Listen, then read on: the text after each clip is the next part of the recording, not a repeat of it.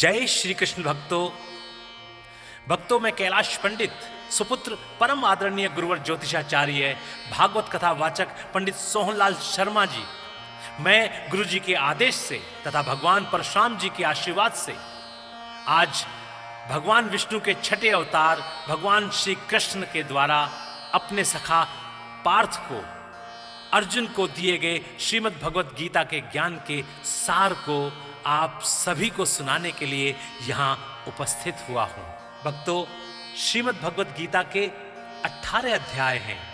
मैं कैलाश पंडित एक एक करके सभी अध्यायों का सार आपके समक्ष भावपूर्ण स्वर के साथ प्रस्तुत करूंगा। मैं गीता सार को आरंभ करूं उससे पूर्व कृपया आप सभी हमारे इस चैनल को अधिक से अधिक संख्या में शेयर करके सब्सक्राइब कराएं, जिससे सभी सनातन धर्म प्रेमियों के पास ये गीता सार पहुंच जाए और उन्हें धर्म लाभ प्राप्त हो, उनका कल्याण हो। तो बोलिए भगवान श्री कृष्ण की जय। ओम भगवते वासुदेवाय नमः। बोलिए श्री कृष्ण महाराज की जय।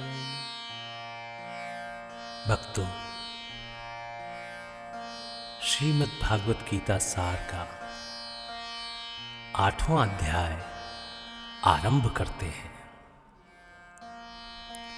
अर्जुन ने कहा, हे पुरुषोत्तम, ब्रह्म क्या है? अध्यात्म किसको कहते हैं? अधिभूत क्या है और अधिदेव क्या कहलाता है?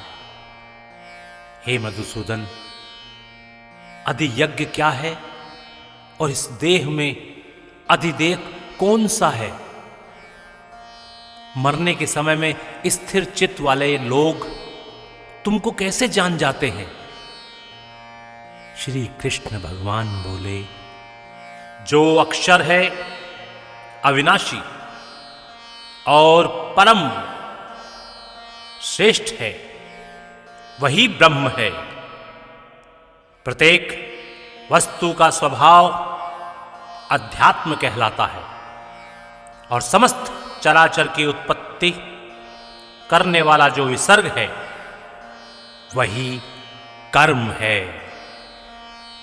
जो देह आदि नाशवान वस्तु हैं वही अधिभूत कहलाती हैं। विश्वरूप जो विराट पुरुष है वही अधिदेव है। और हे पुरुषों में श्रेष्ठ, इस देह में मैं ही अधियज्ञ हूं। अंतकाल में जो मेरा ध्यान करता हुआ शरीर त्याग करता है वह निसंदेह मेरे शरीर को पाता है। हे कुंती पुत्र, अंत समय में मनुष्य जिस वस्तु का स्मरण करता हुआ शरीर त्यागता है वह उसी को पाता है। इस कारण तुम सदैव मुझ ही में मन को लगाकर मेरा ही स्मरण करते हुए संग्राम करो। तुम निसंदेह मुझको आ मिलोगे। हे पार्थ, अभ्यास रूप योग से युक्त हो। दूसरी ओर न जाने वाले मन से सदा चिंतित करता हुआ पुरुष परम और दिव्य पद को ही प्राप्त होता है।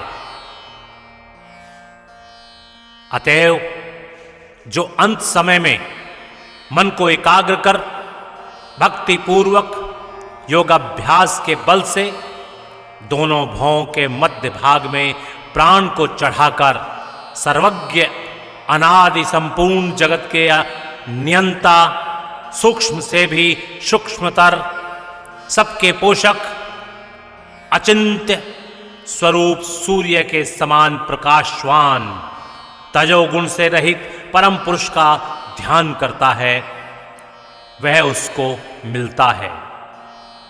वेद के जानने वाले जिसको अक्षर कहते हैं, वीतराग होकर सन्यासी जिसमें प्रवेश करते हैं, तथा जिसको चाहने वाले ब्रह्मचर्य का आचरण करते हैं, उस परम पद को तुमसे संक्षेप में कहता हूं, जो सब इंद्रिय द्वारों को रोककर मन को हृदय में धारण कर प्राण को मस्तक पर ले जाकर समाधि योग में स्थित ओम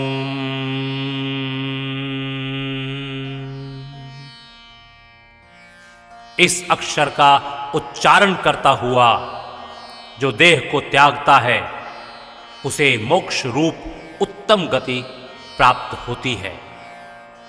हे पार्थ, जो मुझ में ही मन लगाकर नित्य प्रति मेरा स्मरण करते हैं, उन सदैव स्मरण करने वाले योगियों को मैं बहुत सुलभ रीत से प्राप्त होता हूं। मुझको प्राप्त होने पर परम सिद्धि को प्राप्त करने वाले महात्मा गण फिर यह जन्म नहीं धारण करते जो नाशवान और दुख का घर है। हे अर्जुन, ब्रह्मलोक पर्यंत जितने लोग हैं वहां से लौटना पड़ता है, परंतु मुझ में मिलने से फिर जन्म नहीं होता।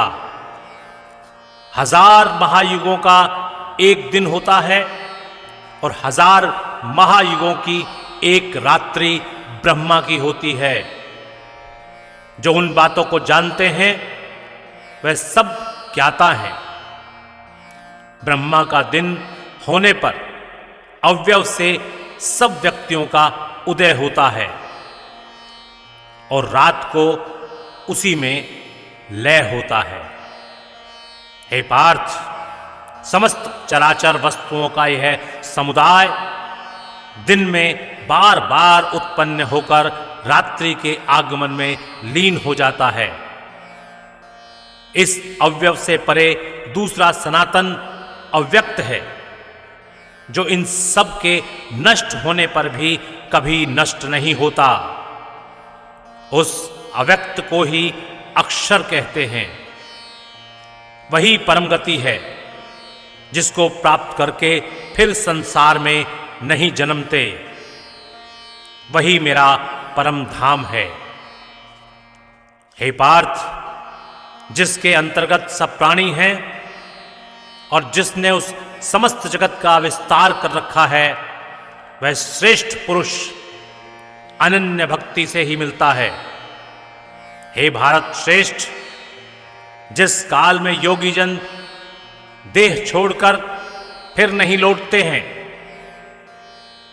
और जिस काल में अग्नि, प्रकाश और दिन शुक्ल पक्ष हों, ऐसे उत्तरायण के 6 महीने में मृत्यु को प्राप्त होते हैं। धूम्र रात, कृष्ण पक्ष, दक्षिणायन के 6 महीने इनके मध्य गमन करने वाले चंद्रमा की ज्योति को पहुंचते हैं और लौट आते हैं।